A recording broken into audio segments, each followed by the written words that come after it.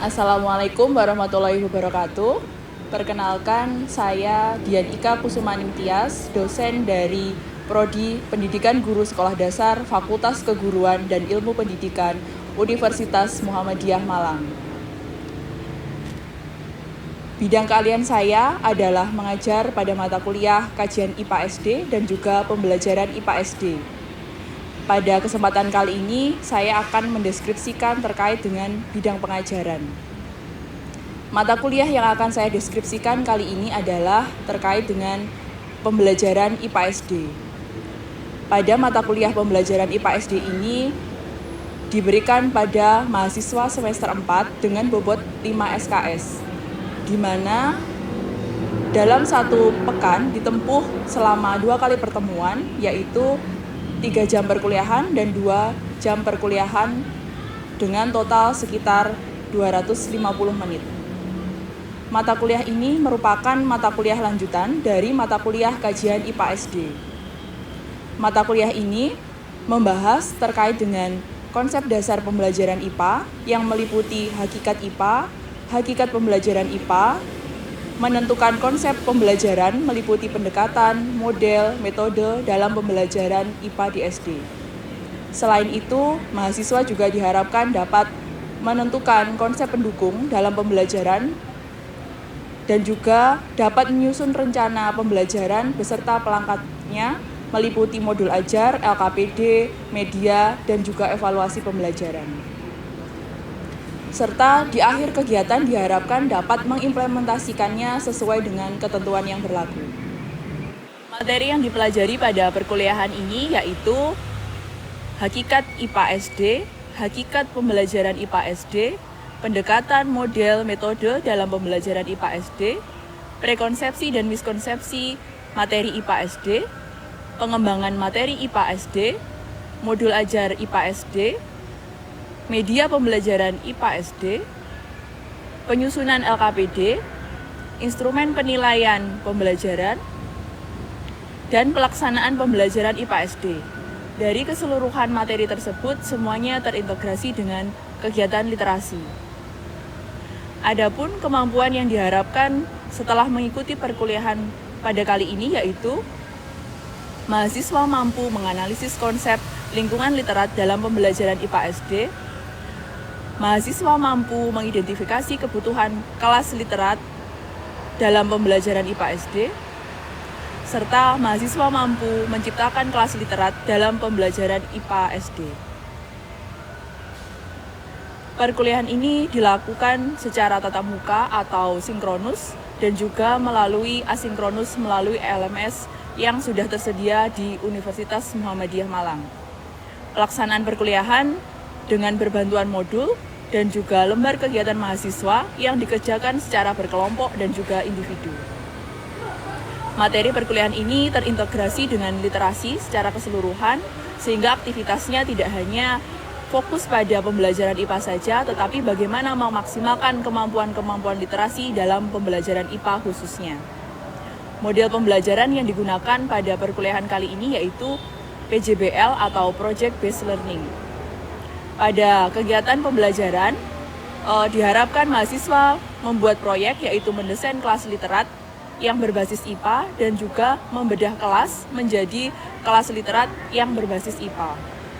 Metode yang digunakan pada perkuliahan yaitu diskusi, tanya jawab, penugasan, dan juga proyek. Penilaian yang dilakukan meliputi 3 aspek, afektif, psikomotor, dan juga kognitif.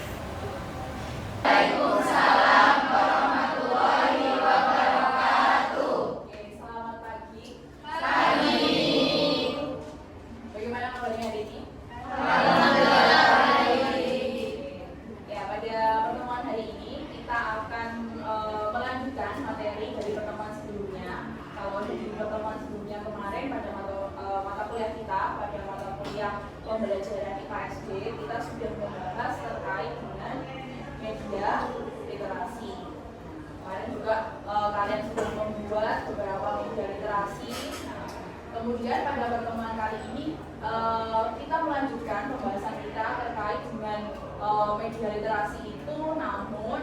bagaimana media nanti akan digunakan di dalam kelas atau di dalam pembelajaran, khususnya pembelajaran IPA.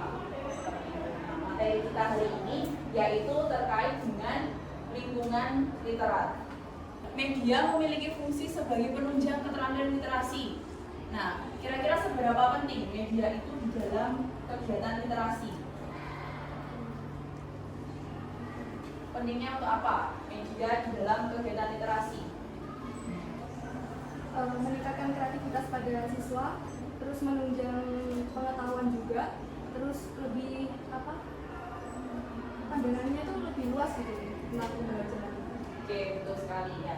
Jadi memang ketika di dalam pembelajaran, entah itu pembelajaran IPA secara umum atau mungkin pembelajaran IPA yang terintegrasi dengan literasi, ketika ada media maka wawasan siswa juga lebih berkembang, lebih memacu kreativitas siswa, kegiatannya juga bisa lebih beragam. Tetapi ketika guru di dalam pembelajaran tidak membawa media atau tidak menggunakan media sama sekali, maka itu juga akan menghambat penyampaian materi kepada siswa. Bisa jadi siswanya juga hanya terpaku pada materi-materi yang disampaikan guru saja, kurang ada eksplorasi dari referensi atau sumber-sumber yang lain. Oke, selanjutnya kita masuk di kegiatan awal dari pembelajaran kita hari ini. Setelah tadi kita mengulas atau mengingat kembali terkait dengan media literasi.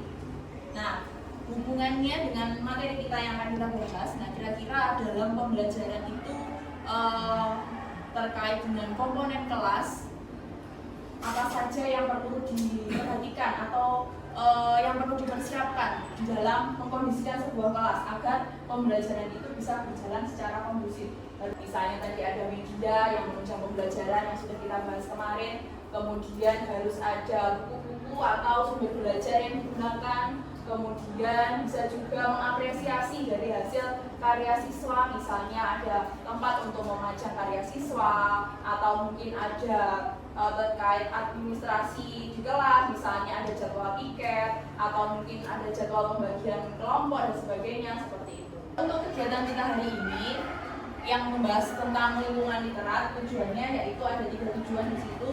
Saya sampaikan bahwa secara umum kita harapannya setelah mengikuti kegiatan pembelajaran hari ini, kalian bisa memahami terkait dengan lingkungan literat, terkait komponen di dalam lingkungan literat itu seperti apa, khususnya di dalam pembelajaran IPA atau sains juga. Kemudian tidak hanya memahami konsepnya saja, tetapi diharapkan kalian juga bisa membuat atau merancang sebuah lingkungan literat atau kelas literat yang berbasis IPA atau sains. Seperti itu. Siap ya? Siap. Oke, selanjutnya. Sebelum kita membahas terkait dengan konsep lingkungan literat secara lebih lanjut, nah di sini saya ingin bertanya, nah, kalian kira-kira sudah pernah mendengar atau mungkin mengetahui terkait apa sih sebenarnya lingkungan literat itu? Pernah. Nah, kalau pernah, kira-kira seperti apa gambarannya lingkungan literat itu dan juga kaitannya dengan pembelajaran literasi? Ya, silakan Mas Ari.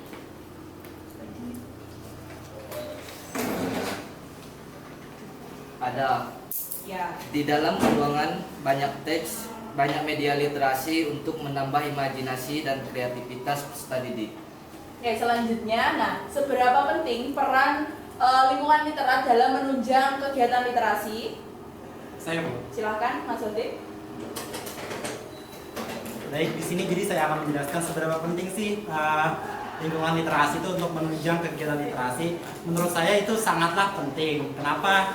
Karena literasi itu sangat penting bagi orang dewasa maupun anak-anak, yang mana itu dapat meningkatkan minat membaca, terus meningkatkan semangat dalam belajar, terus menambah wawasan maupun kreativitas peserta didik untuk meningkatkan dalam pembelajaran. Begitu Bu. Ya, di sini bisa kalian lihat berikutnya ada 2 gambar. Nah, coba amati dari kedua gambar tersebut, ada gambar 1 dan juga gambar 2. Nah, kira-kira gambar 1 dan gambar 2 itu sama atau berbeda? Berbeda.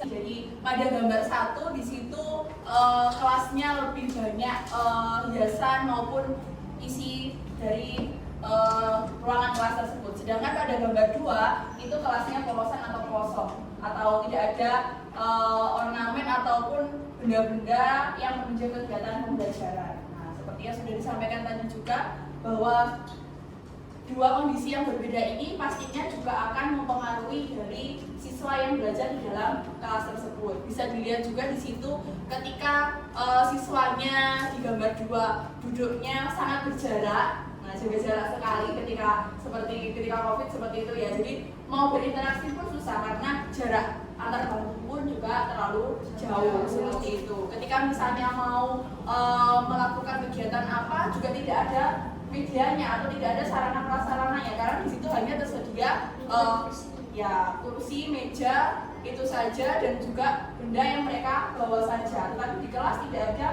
media penunjang ataupun sarana prasarana lain yang bisa difungsikan untuk kegiatan pembelajaran. Nah, sedangkan pada gambar 1 bisa kita lihat bahwa di situ tempat duduk siswa diatur dengan lebih fleksibel atau bisa dikondisikan secara berkelompok sehingga mereka lebih mudah untuk berinteraksi antara siswa yang satu dengan yang lainnya. Mereka berhadapan-hadapan, mereka bisa berdiskusi atau mungkin mengerjakan tugas yang diberikan oleh guru seperti itu. Dan di situ juga banyak ornamen yang diberikan mungkin terkait dengan hasil karya siswa, kemudian ada buku-buku yang bisa mereka baca ketika misalnya istirahat atau mungkin ketika guru memberikan tugas sesuatu, mereka bisa mencari referensi dari media ataupun buku yang ada di kelas mereka seperti itu. Nah, di situ merupakan gambaran. Tadi ada gambar 1 dan 2. Nah, di gambar 1 tadi gambaran secara umum lingkungan literat itu seperti apa ya ada di gambar 1 tadi seperti itu. Sedangkan pada umumnya memang belum semua kelas itu sudah terbentuk menjadi lingkungan literat atau kelas literat. Kadang di kelas masih tampilannya kosong atau polosan seperti itu, seperti yang sudah disampaikan tadi pengalamannya bahwa sebelumnya kelasnya itu masih berupa kelas yang putih bersih, dindingnya di sekitarnya tidak disertai dengan misalnya ada pajangan atau mungkin ada media atau ada buku-buku yang menunjang kegiatan pembelajaran, sehingga itu juga akan mempengaruhi mood siswa ketika belajar. Oh, kok tidak ada apa-apa yang bisa saya fungsikan untuk belajar. Oh, kok kelas saya putih bersih tidak ada apa-apanya. Mereka misalnya mau mencari inspirasi, nah itu juga tidak ada. Tetapi ketika di kelas itu banyak sekali tersedia media, buku, atau mungkin ada poster, atau mungkin ada tempat pajangan-pajangan karya siswa, itu juga akan lebih memotivasi siswa. Dari hasil karya mereka, ketika dipajang, pasti ada rasa, oh saya bangga, hasil karya saya diapresiasi oleh guru, dipajang, bisa dilihat oleh teman-teman satu kelas seperti itu. Nah, di sini ada beberapa penjelasan terkait konsep lingkungan literat, khususnya yang bermuatan sains atau IPA. Jadi lingkungan literat itu seperti apa? Nah, jadi tadi sudah ada contohnya yang sudah kita bahas bersama, bahwa di gambar 1 yang kayak akan isi di dalam kelasnya tadi banyak pajangan-pajangan yang berkaitan dengan aktivitas pembelajaran siswa di kelas. Kemudian banyak media kebahasaan, ada cetakan entah itu dalam bentuk buku atau mungkin gambar atau mungkin media-media lain yang menunjang materi yang dipelajari oleh siswa. Nah, kalau dikaitkan dengan sains atau IPA, nah di sini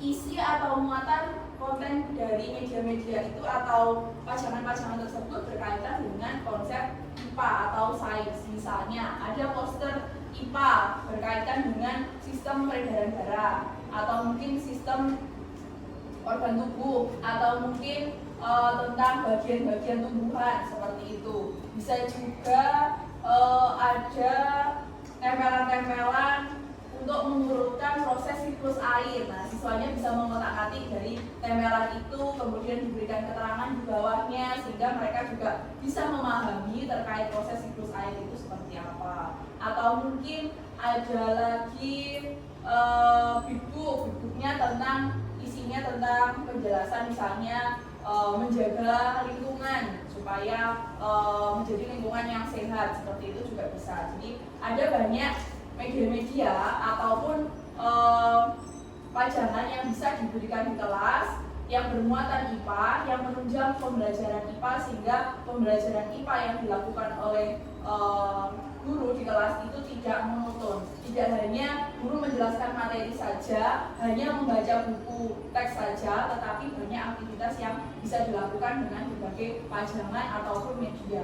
Bisa juga mungkin di dalam kelas itu, selain kalau literasi kan khasnya di kelas itu ada pojok baca, mereka membaca di situ. Nah, mungkin kalau IPA atau sains bisa juga dimodifikasi dengan ada pojok eksperimen, sehingga siswanya bisa melakukan eksperimen sederhana di situ. Atau mungkin ketika ada materi-materi terkait praktikum IPA sederhana, di situ tempat siswa untuk melakukan eksperimen atau percobaan. Nah, nanti laporannya misalnya, setelah melakukan eksperimen, laporannya bisa ditempelkan di tempat pajangan hasil tugas siswa atau portofolio siswa, seperti itu. Sehingga setiap sisi yang ada di kelas itu sangat bermakna dan kaya dengan itu tadi, kebahasaan, teks, ide, gagasan siswa yang bisa dieksplorasi lebih lanjut. Lanjutkan. Nah, selanjutnya ada karakteristik lingkungan literat bermuatan sains. Jadi harus ada apa saja sih, atau komponen apa saja. Nah, di situ misalnya harus ada tulisan, grafik atau grafik terkait dengan kegiatan literasi, seperti itu yang isinya tentang IPA. Nah, yang perlu diperhatikan juga bahwa tulisan atau tempelan atau pajangan di sini tidak hanya sekedar tempelan atau pajangan saja, tidak hanya sebagai hiasan, tetapi memang ada maknanya. Kadang kan hiasan supaya menarik, mau saya kasih gambar atau mungkin dikasih gambar apa yang lagi menarik bagi siswa. Nah, tidak hanya seperti itu, tetapi memang gambar atau hiasan itu mempunyai makna atau bisa difungsikan sebagai bahan pembelajaran, seperti itu. Itu yang harus menjadi perhatian juga. Nah, selanjutnya misalnya punya nilai yang jelas untuk menampilkan misalnya hasil karya siswa, kemudian guru bersama dengan siswa membuat itu tadi teks seperti yang saya contohkan tadi, misalnya membuat media atau teks tertentu, lalu ada teks-teks di dinding, atau ada juga itu kata wall. Nah, itu di dinding bisa ditempeli beberapa kata misalnya sesuai dengan suku kata yang sudah ditentukan, atau huruf awalannya apa, nanti kata-katanya apa saja contohnya. Nah, itu juga bisa digunakan sebagai sarana siswa untuk berliterasi terkait dengan kemampuan atau keterampilan membaca kata, seperti itu. Terus ada buku-buku. Nah, buku-bukunya pun di sini juga harus diperhatikan tingkatan usia dari siswa tersebut, dan juga topiknya disesuaikan dengan minat siswa, seperti itu. Nah, itu gambaran terkait dengan karakteristik dari lingkungan literat, khususnya yang bermuatan IPA atau sains. Nah, sampai di sini ada yang ditanyakan? Saya ingin bertanya, Bu. Ya, silakan. Jadi untuk poin terakhir yaitu terdapat buku-buku tingkatan yang sesuai topik yang diminati untuk dilihat dan dibaca anak-anak. Nah, untuk sekolah dasar sendiri terdiri dari berbagai fase, yaitu ada fase A, fase B, dan fase C. Terus gimana sih untuk pembagian bacaan tingkatan buku-buku tersebut untuk berbagai fase pada anak-anak sekolah dasar tersebut, Bu? Terima kasih. Terima kasih pertanyaannya. Nah, jadi ketika di SD itu ada 3 fase, ada fase A untuk kelas 1, 2, B untuk kelas 3, 4, dan C kelas 5 dan 6. Otomatis karakteristik siswanya pun juga berbeda. Untuk fase A kan kelas 1, 2 itu masih masa peralihan dari TK ke SD. Nah, terkait kemampuan literasinya pun juga perlu diperhatikan selain kemampuan kognitif secara umum. Nah, terkait kemampuan literasi misalnya dengan kemampuan membaca mereka. Nah, misalnya di kelas 1 terutama ada beberapa siswa yang mungkin belum lancar membaca. Nah, itu juga menjadi perhatian, sehingga buku bacaan yang disediakan bisa dimulai dari pengenalan huruf, pengenalan suku kata, dan juga pengenalan kata, seperti itu. Bagaimana mereka memahami itu, baru nanti bisa lanjut ke fase berikutnya untuk dari kata tadi digabungkan menjadi sebuah kalimat, kemudian dari kalimat itu bisa menjadi sebuah kalimat yang lebih panjang dalam bentuk paragraf. Nah, kalau fase A memang biasanya masih ke pengenalan huruf, suku kata, terus menjadi kalimat sederhana seperti itu. Nah, tapi kalau fase B, kalimatnya bisa naik tingkatan, bisa menjadi kalimat yang lebih panjang. Misalnya tidak hanya satu kalimat, bisa menjadi 3-4 kalimat. Kemudian di fase C bisa lebih panjang lagi dalam bentuk paragraf seperti itu. Sehingga buku bacaannya bisa dipilah-pilah lagi, isi teksnya seperti apa, dan kalau di kelas rendah atau fase A terutama itu lebih ditekankan gambarnya. Jadi gambarnya besar, kemudian menggunakan kalimat yang sederhana atau singkat, atau hanya mungkin beberapa kata atau mungkin hanya kata saja seperti itu. Karena memang kemampuannya masih di kemampuan awal literasinya seperti itu. Tapi kalau sudah di kelas tinggi atau di fase C itu sudah bisa menggunakan buku cerita dengan beberapa paragraf seperti itu. Mungkin ada lagi? Cukup? Oke, kita lanjutnya. Sekarang saatnya untuk beraktivitas. Jadi silahkan kalian membuat kelompok. Jadi di dalam kelas ini silakan dibentuk menjadi 4 kelompok dengan kemampuan yang beragam dan juga karakteristik yang beragam. Salah satunya yang kemampuan kalian dan juga misalnya ada laki-laki dan perempuannya dalam satu kelompok, kelaminnya berbeda seperti itu. Silakan membentuk menjadi 4 kelompok dan membahas dari 4 materi atau 4 topik yang sudah saya sediakan di depan. Silakan bisa mengkondisikan masing-masing kelompoknya untuk berpindah tempat sesuai dengan pembagian kelompok yang sudah ditentukan.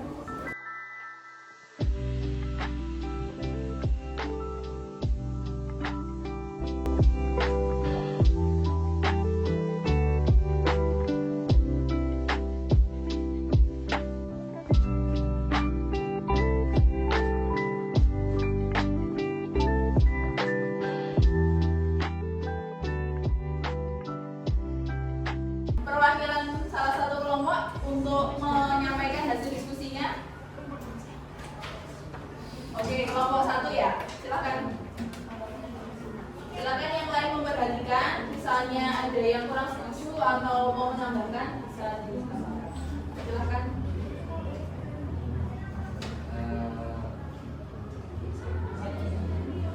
Assalamualaikum warahmatullahi wabarakatuh. Waalaikumsalam warahmatullahi wabarakatuh.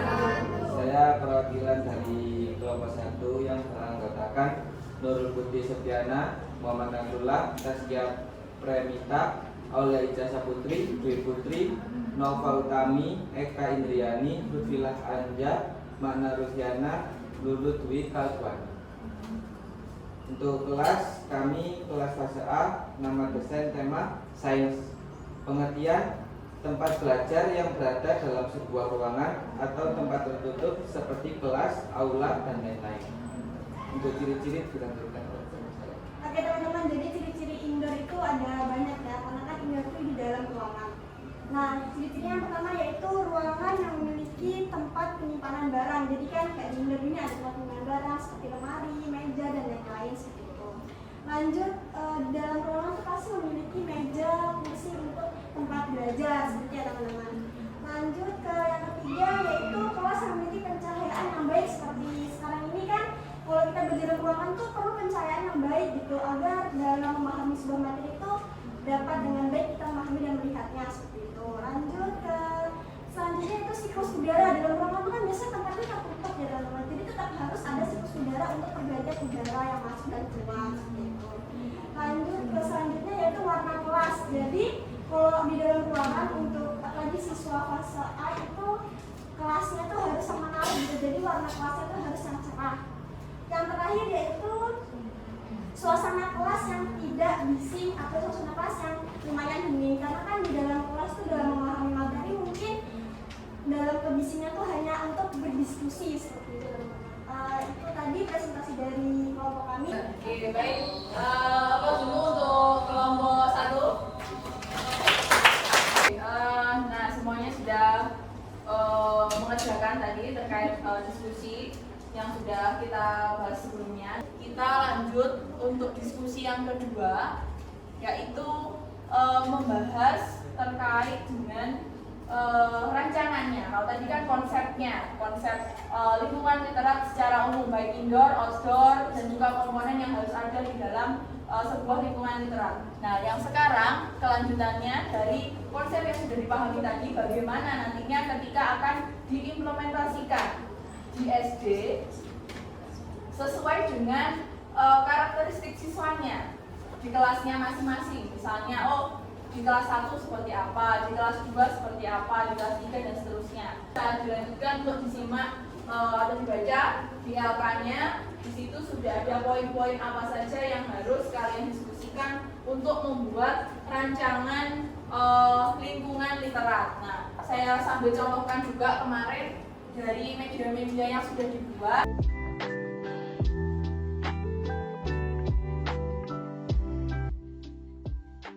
Dari berbagai media-media ini nanti bagaimana kalian bisa menata di dalam kelas atau lingkungan literat tadi. Nggak mungkin mau ditaruh begitu saja. Nah, bagaimana ini mau ditaruh di sebelah mana? Apakah mungkin ditaruh di pojok baca atau mungkin ada spot tertentu yang kalian tata? Nanti ditaruh di sini saja untuk siswa membaca sambil beraktivitas, misalnya tadi. Bisa dipahami ya instruksinya? Bisa, Bu. Oke, silahkan didiskusikan dengan kelompok masing-masing.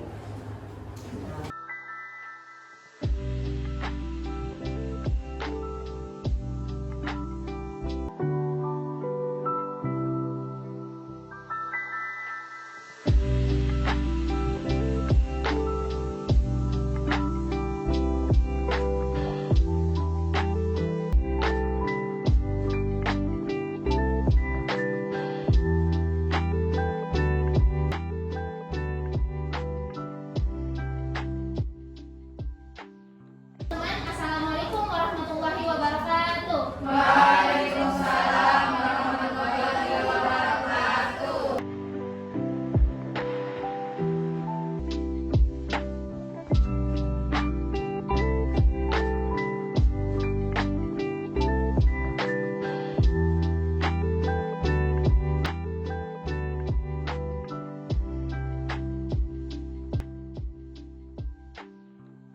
Tepuk tangan untuk kelompok